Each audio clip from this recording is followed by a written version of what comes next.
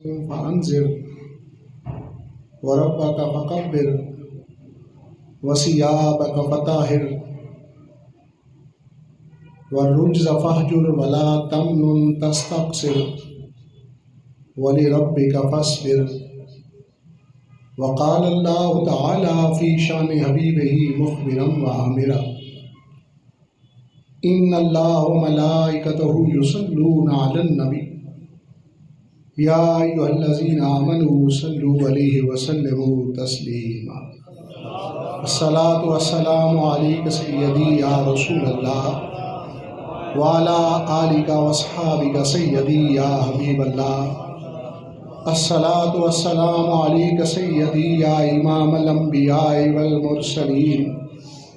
وعلى آلك وأصحابك سيدي يا خاتم النبيين. اللهم صل على نور الظلام اللهم صل على بدر التمام اللهم صل على مفتاح دار السلام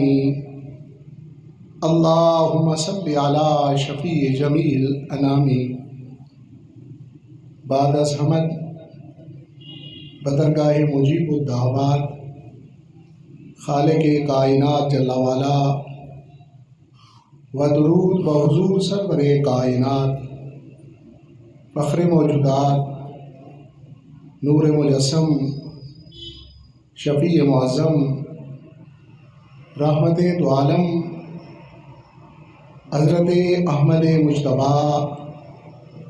جناب محمد مصطفیٰ علیہ تحیۃ و ثناء. معزز سامعین، حاضرین، علماء کرام، وارثان منبر و محراب، اصحاب عقل و بینش، اہل محبت و طریقت، محبی فی اللہ، مبلغ یورپ حضرت علامہ مولانا محمد اسلم صاحب نقشبندی، محبی فی اللہ منتظم محفل محقق اہل سنت حضرت علامہ نثار احمد صاحب ہزاروی، صدر جماعت جلالیہ منڈی بہاؤالدین اور دیگر اسٹیج پر جلوگر قابل قدر شخصیات، آج کی یہ بابرکت اور روح پرور تقریب سعید دروس فقہ و تصوف کے سلسلہ کے اندر انعقاد پذیر ہے. اور آج کی نشست کا موضوع جو پہلے سے مشتہر ہے، نماز میں کپڑوں کی طہارت، اس حوالہ سے چند ایک معروضات بیان کرنے کی کوشش کروں گا. قرآن مجید فرقان حمید کے اندر اللہ رب العزت نے ارشاد فرمایا، یا ایھا المدثر، اے چادر اوڑھنے والے، قم فانذر، کھڑے ہو جاؤ پھر ڈر سناؤ، وربک فکبر، اپنے رب ہی کی بڑائی بیان کرو، وثیابک فطہر، اور اپنے کپڑے پاک رکھو، والرجز فاہجر، اور بتوں سے دور رہو، ولا تمنن تستکثر، اور نہ تم احسان کرو کثرت کے حصول کے لیے، وَلِرَبِّكَ فَاصْبِرْ، اور اپنے رب کے لیے صبر کیے رہو. معزز سامعین، ان آیات مبارکہ کے اندر دو فقہی مسائل کو بیان فرمایا گیا. حضرت سیدنا جابر بن عبداللہ انصاری رضی اللہ تعالی عنہما اس سورہ مبارکہ کے شان نزول کے حوالہ سے ارشاد فرماتے ہیں کہ حضور سید عالم صلی اللہ علیہ وسلم نے فرمایا، میں غار ہیرا کی طرف جا رہا تھا، کوہ ہیرا پر موجود تھا، تو مجھے آواز آئی، یا محمد انک رسول اللہ۔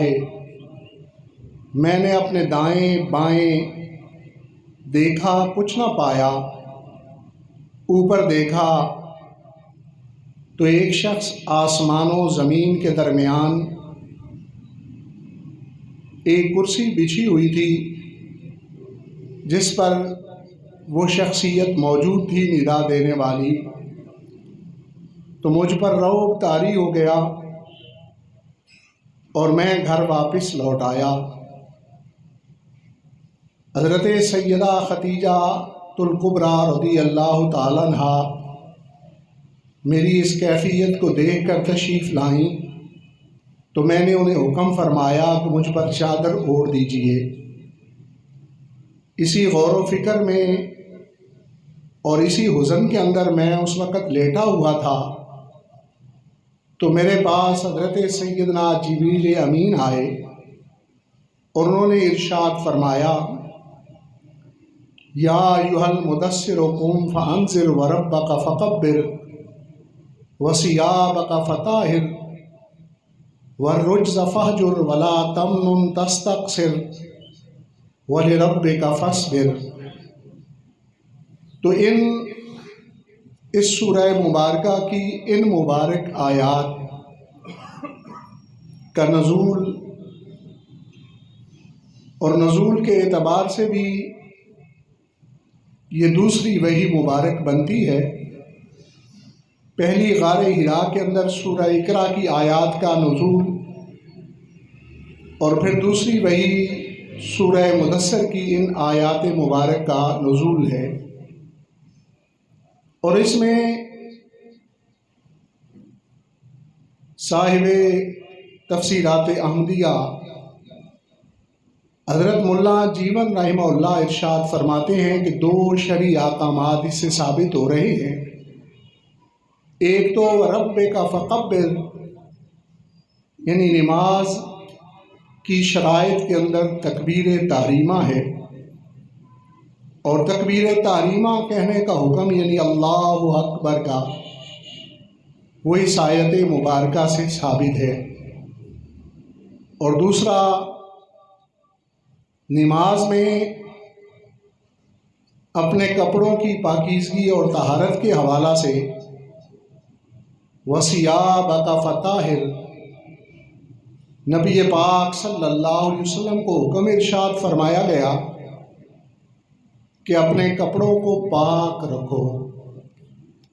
تو یہاں کپڑوں کی طہارت کا حکم ہے، نہ کہ نماز کے اندر کپڑوں کی طہارت کا حکم ہے، یہ عمومی حکم موجود ہے۔ تو اس پر فقہائے حنفیہ نے کلام کیا ہے، وہ ارشاد فرماتے ہیں کہ چونکہ پہلے جو آیت مبارکہ اس آیت مبارکہ سے متصل اور مقترن ہے، اس کے اندر وربک فکبر کا حکم ہے اور آگے وثیابک فطہر کا حکم ہے، تو یہ اقتران بتلاتا ہے کہ جب نماز پڑھنی ہو تو اس وقت اپنے کپڑوں کو پاک رکھو۔ اور پھر یہ ہے کہ یہ شرائط صلاۃ میں سے ہے۔ نماز سے پہلے کپڑوں کا پاکیزہ ہونا، جو لباس پہنا ہوا ہے وہ کپڑے بھی پاک ہوں، اور جس جگہ پر سجدہ کرنا ہے سجدے کی جگہ پر اگر کپڑا کوئی بچھا ہوا ہے تو اس کپڑے کا بھی پاک ہونا ضروری ہے۔ تو یہ شرائط صلاۃ میں سے ہے۔ امام شافعی رحمۃ اللہ علیہ سے رکن صلاۃ کہتے ہیں۔ عام مفہوم میں اگر فرائض، واجبات، سنن اور استحباب کی کیفیت میں جاننا ہو تو آپ اسی طرح سمجھ لیں کہ یہ فرض ہے کہ نماز پڑھنے سے پہلے انسان کے کپڑے پاک ہوں، جس جگہ پر نماز پڑھنی ہے وہ جگہ یعنی وہ مصلی، وہ چادر جو نیچے بچھائی گئی ہے وہ چادر بھی پاک ہو۔ اگر ان میں سے کوئی چیز بھی ناپاک ہوئی تمہارا لباس یا وہ مصلی، تو اس صورت کے اندر نماز کی ادائیگی نہیں ہوگی، نماز واجب الاعادہ ہوگی۔ ہاں، عام کیفیت کے اندر ایک مومن مسلمان کے لیے یہی حکم مبارک ہے کہ لباس جو ہے وہ پاک ہو، لیکن اس کا پاک ہونا فرض نہیں، پاک ہونا سنت ہے۔ نبی پاک صلی اللہ علیہ وسلم کی لباس جو بھی پہنا جائے وہ پاک ہو، لیکن نماز کے وقت جو ہے وہ شرائط صلاۃ کے اندر اس کو ذکر فرمایا گیا کہ اس سے پہلے کپڑے کو اس انداز میں پاک ہونا چاہیے۔ تو پھر پاک کس سے پاک ہونا ہے؟ تو وہ پلیتی سے پاک ہونا ہے۔ پلیتی کے بارے میں فقہاء کرام ارشاد فرماتے ہیں کہ نجاست کی دو قسمیں ہیں، ایک کو نجاست خفیفہ سے تعبیر کیا جاتا ہے اور دوسری نجاست کو نجاست غلیظہ سے تعبیر کیا جاتا ہے۔ نجاست خفیفہ کے اندر جس طرح کے حلال جانوروں کا جو ہے وہ پیشاب وغیرہ، ان کا خون وغیرہ، اور نجاست غلیظہ کے اندر انسانی بول و براز، اور اسی طرح حرام جانوروں کا خون، گدھے کا بول و براز، کتے کا بول و براز، یعنی ایسے جانور جو حلال نہیں ہیں، جن کا کھانا ہم پر حرام ہے، انہیں نجاست غلیظہ کے اندر شمار کیا گیا ہے، اور جن کا کھانا جائز ہے ان کے بول و براز کو نجاست خفیفہ کے اندر فقہاء کرام نے بیان فرمایا ہے۔ چونکہ پلیتی سے پاک ہونا ہے تو پہلے پلیتی کی وضاحت ضروری ہے، اور وہ کتنی پلیتی ہو تو اس صورت کے اندر نماز کے اندر خلل آتا ہے، اور کتنی پلیتی نہ ہو تو نماز کے اندر خلل نہیں آتا۔ اس کا جاننا اور سمجھنا ضروری ہے۔ امام الائمہ، کاشف الغمہ، سراج الامہ، جناب سیدنا امام اعظم ابو حنیفہ رحمہ اللہ، آپ جو ہیں اس کے حوالہ سے فرماتے ہیں کہ نماز، یعنی کسی آدمی نمازی جو ہے اس کے لیے واجب ہے کہ نماز سے قبل ہر قسم کی نجاست اور حدث ہر قسم کے سے اسے پاکیزگی کو حاصل کرے۔ صاحب ہدایہ نے بھی یہ لکھا ہے کہ اس پلیتی سے پاک ہونا وہ نمازی کے لیے ضروری ہے۔ تو نمازی کے لیے نجاست خفیفہ اور نجاست غلیظہ، چونکہ ان کی تعریف میں نے پہلے بیان فرما دی، تو اس میں نجاست اگر غلیظہ میں سے کوئی چیز کپڑے پر لگ گئی ہے، مصلی پر لگ گئی ہے، تو اگر وہ 1 درہم کی مقدار، درہم عرب شریف کے اندر ایک سکہ رائج تھا، اور اس کی مقدار کے مطابق فقہاء حنفیہ نے یہ لکھا ہے کہ اگر اس مقدار سے زائد ہو، نجس لگا ہوا، نجاست غلیظہ، تو اس صورت کے اندر اگر آدمی نے نماز پڑھی ہے تو اس کی نماز ادا نہیں ہوئی اور وہ واجب الاعادہ ہے۔ ہاں، اگر اس سے کم ہے تو اس صورت کے اندر نماز کی ادائیگی ہو گئی ہے، اگرچہ اس نجاست کو دور کرنا پھر بھی سنت تھا نبی پاک صلی اللہ علیہ وسلم کی۔ اسی طرح نجاست خفیفہ کے بارے میں جو قاعدہ اور اصول بیان ہوا ہے کہ اگر وہ لباس کے کسی حصے پر لگی ہے، 1/4 حصے سے کم ہے، اس صورت کے اندر اگر نماز کی ادائیگی کی گئی تو وہ نماز کی ادائیگی ہو جائے گی۔ اگر 1/4 حصے سے زیادہ ہے تو اس صورت کے اندر نماز واجب الاعادہ ہوگی۔ 1/4 حصہ لباس سے مراد یہ ہے کہ مثلا یہ ہمارے بازو ہیں، اسی طرح یہ قمیض کا حصہ نیچے تک، اس طرح شلوار کا حصہ، اس کے مختلف حصے جن کو مختلف حیثیات سے پہچانا جاتا ہے کہ یہ اس کا فلاں نام ہے، فلاں علم ہے، درزی زیادہ جانتے ہیں کپڑے کے حصوں کو، تو اس اعتبار سے یعنی ان کے مختلف حصص، جس حصے کا الگ نام لیا جاتا ہے کہ میں نے یہ حصہ فلاں لباس کا تیار کر لیا ہے، یا میرے لباس کے یہ بازو ہیں، یہ فلاں میرا پاجامہ ہے، یہ میری قمیض ہے، قمیض کا یہ فلاں حصہ ہے، تو ان حصوں میں کا اعتبار کیا جائے گا کہ اگر وہ چوتھائی سے زائد چلی جاتی ہے، مثلا دیکھیں انسان کا بازو ہے تو بہت بڑا ہے، لیکن اگر اسی چیز کو ہم کسی لباس کے چھوٹے حصے پر، مثلا یہ ہمارے کالر ہیں، تو کالر کے اندر وہی نجاست غلیظہ لگی ہوئی ہو تو پھر کالر کا چوتھائی حصہ دیکھنا ہے،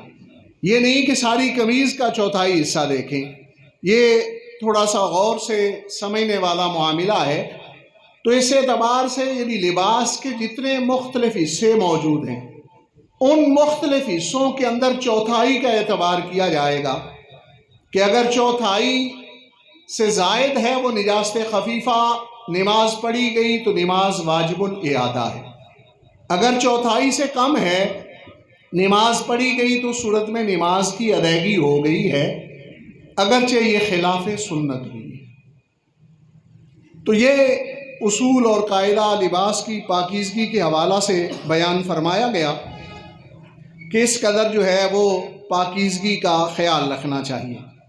اس طرح پہلے میں نے عرض کی کہ جس جگہ پر نماز پڑھنی ہے اس جگہ کی پاکیزگی اور طہارت کا معاملہ،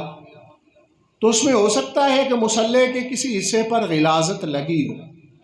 لیکن جہاں ہم نے سجدہ کرنا ہے، موضع سجدہ اگر پاک ہے، اس طرح جہاں قدم لگے ہوئے ہیں وہ قدم کی جگہ پاک ہے،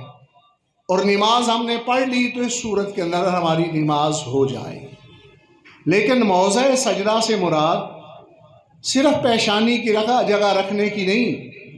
موضع سجدہ سے مراد چونکہ ہمارے 7 اعضاء سجدہ کرتے ہیں اللہ رب العزت کی بارگاہ میں، تو وہ سارے اعضاء جہاں آپ کے گھٹنے لگے ہیں وہ گھٹنوں کی جگہ بھی جو ہے وہ پاک ہو، جہاں آپ کے ہاتھ لگے ہیں وہ ہاتھ کی جگہ بھی پاک ہو، جہاں پیشانی لگی ہے وہ جگہ بھی پاک ہو،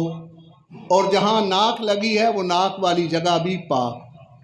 ہاں البتہ فقہائے کرام نے ایسا ارشاد فرمایا ہے کہ اگر کوئی کپڑا ایسا تھا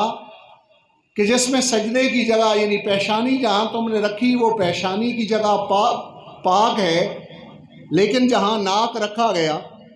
وہ جگہ وہ پلید ہے، تو چونکہ ناک جہاں لگتا ہے وہ درہم کی مقدار کو نہیں گھیرتا، درہم کی مقدار کو نہیں وہ گھیرتا،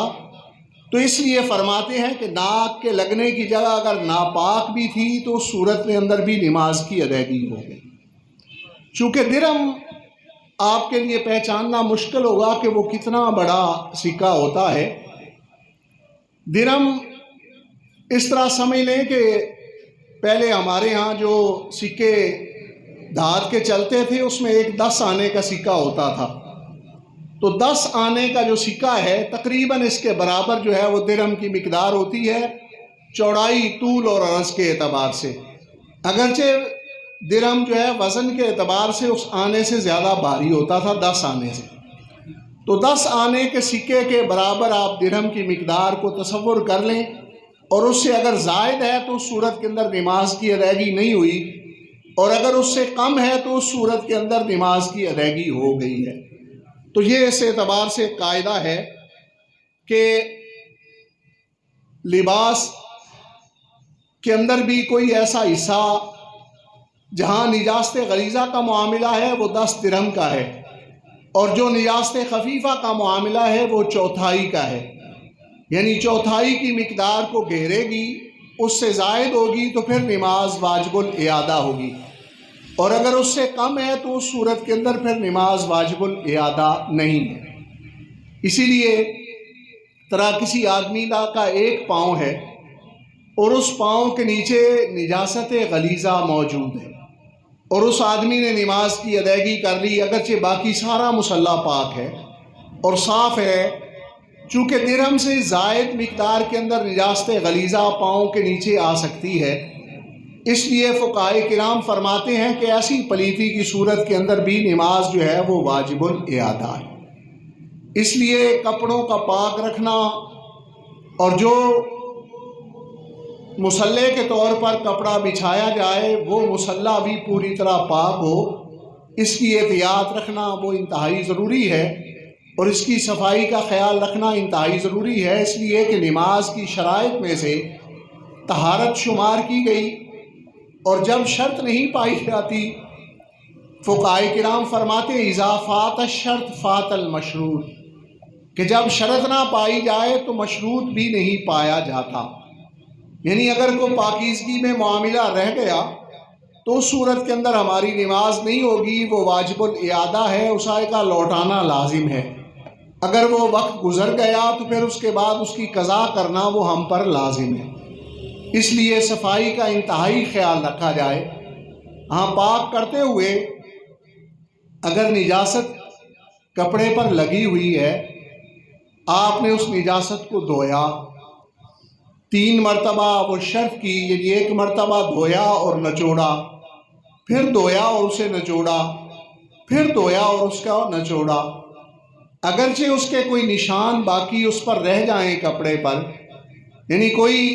رنگ وغیرہ آپ کو محسوس ہو کہ ابھی پوری پاکی نہیں ہوئی، بظاہر مشکوک ہوں آپ، تو فقہائے کرام فرماتے ہیں کہ جب 3 شرطیں ہو گئیں، اصل نجاست زائل ہو گئی، خواہ پیچھے کوئی نشان نظر بھی آئے، تو اس صورت کے اندر وہ تمہارا لباس پاک ہو گیا ہے۔ یہ معاملہ چونکہ عموم بلوہ ہے، ہم لوگ اس کا شکار ہوتے ہیں، تو اس کی وضاحت ضروری ہے کہ اگر رنگ باقی بھی کوئی رہے، 3 شرائط کے ساتھ اسے دھو لیا۔ شرائط کا مطلب یہ ہے کہ کپڑے کو دھونے کے بعد اسے اتنا نچوڑنا پوری قوت کے ساتھ کہ اس کے اندر کوئی پانی موجود نہ رہے، یہ ایک شرط ہے۔ اسی طرح دوسری مرتبہ پھر اس طرح دھونا، تیسری مرتبہ پھر اسی طرح دھونا، اور اس کے بعد نچوڑنا، تو اس کے بعد کپڑا پاک ہو جاتا ہے۔ اگرچہ کوئی نشان اس پر بظاہر رنگ کی صورت کے اندر، یعنی اصل نجاست زائل ہو چکی ہے، رنگت باقی رہ گئی ہے کوئی، تو اس صورت کے اندر وہ کپڑا پاک ہو جاتا ہے۔ تو یہ ایسے ضروری مسائل ہیں۔ ہماری عبادت اللہ رب العزت کی بارگاہ میں مقبول اس صورت میں ہوتی ہے جب کہ لباس کی پاکیزگی موجود ہو۔ اس لیے نماز پڑھنے والا آدمی، اسے جن چیزوں کا خیال رکھنا ضروری ہے شرعی اعتبار سے، ان میں ایک اہم لباس ہے کہ لباس کو پاک اور صاف ستھرا رکھا جائے، نجاست غلیظہ سے بھی دور رکھا جائے اور نجاست خفیفہ سے بھی دور رکھا جائے، چونکہ خفیفہ ہونا بھی اگرچہ وہ مقدار سے تھوڑی ہے پھر بھی اسے خلاف سنت قرار دیا گیا، اور اسی طرح اگر جو ہے غلیظہ ہے تو صورت کے اندر بھی وہ خلاف اولا کے حکم میں ہے، خواہ درم سے کم ہو۔ تو اس لیے عمل مقبول کروانے کے لیے جو صوفیاء کرام اور اللہ نے طریقہ فرمایا، اگرچہ فرائض کی ادائیگی ہو جائے، واجبات کی ادائیگی ہو جائے تو وہ عمل ادا ہو جاتا ہے۔ فقہائے کرام کہتے ہیں کہ وہ عمل تمہارا جو ہے وہ ادا ہو چکا ہے، لیکن صوفیاء اور اللہ فرماتے ہیں کہ عمل کو مقبول کرانے کا طریقہ یہ ہے کہ نبی پاک صاحب الاولاق صلی اللہ علیہ وسلم کے طریقے کے مطابق کیا جائے۔ تو جب آپ کے طریقے کے مطابق ہو تو اللہ رب العزت اپنے محبوب کریم صلی اللہ علیہ وسلم کا طریقہ سمجھتے ہوئے، ان اداؤں کو سمجھتے ہوئے اس انداز میں مالک قبول فرما لیتا ہے۔ تو اگرچہ شرعی طور پر تو درہم کی مقدار اگر ہے یا چوتھائی سے کم ہے تو اس صورت کے اندر نماز کی ہماری ادائیگی ہو گئی، لیکن نبی پاک صلی اللہ علیہ وسلم کے طریقے کے مطابق ڈالنے کے لیے اس کی بھی احتیاط کرنا ہمارے لیے ضروری ہے، تاکہ کوئی عمل ہمارا خلاف سنت نہ ہو۔ اللہ رب العزت کی بارگاہ میں دعا ہے کہ اللہ رب العزت ہمیں شرائط صلاۃ کو مکمل کر کے پھر نماز پڑھنے کی ادائیگی کی توفیق عطا فرمائے۔ وما علیہ الا البلاغ۔ جن حضرات کے ذہن میں کوئی نماز کی پاکیزگی اور طہارت کے حوالہ سے کپڑے کی پاکیزگی کے بارے میں کوئی بھی سوال موجود ہو اس موضوع کے متعلق تو وہ سوال کر سکتے ہیں۔ بعض لوگ جو ہیں وہ کہتے ہیں کپڑا کلمہ شریف پڑھیں، کیا یہ ضروری ہے، یعنی ہاتھ دھونے استنجا کیا یا کپڑا پاک کے اس طرح آپ نے فرمایا اس کے اوپر کلمہ شریف پڑھنا ضروری ہے؟ ہاں، یہ بڑا اچھا سوال آیا ہے۔ عمومی طور پہ ایسا سمجھا جاتا ہے کپڑے کی پاکیزگی کے لیے صرف 3 شرائط جو میں نے ذکر کی کہ 3 مرتبہ دھونا اور اس طرح نچوڑنا کہ پورا کپڑا جو ہے وہ خشک ہو جائے، یہی شرط ہے اس کی پاکیزگی کے لیے۔ کلمہ شریف کا پڑھنا باعث برکت ہے اور انسان کی بخشش کا ذریعہ اور سبب ہے، اس کی اور بہت ساری برکات موجود ہیں، مگر اس موقع پر پڑھنا وہ ضروری نہیں۔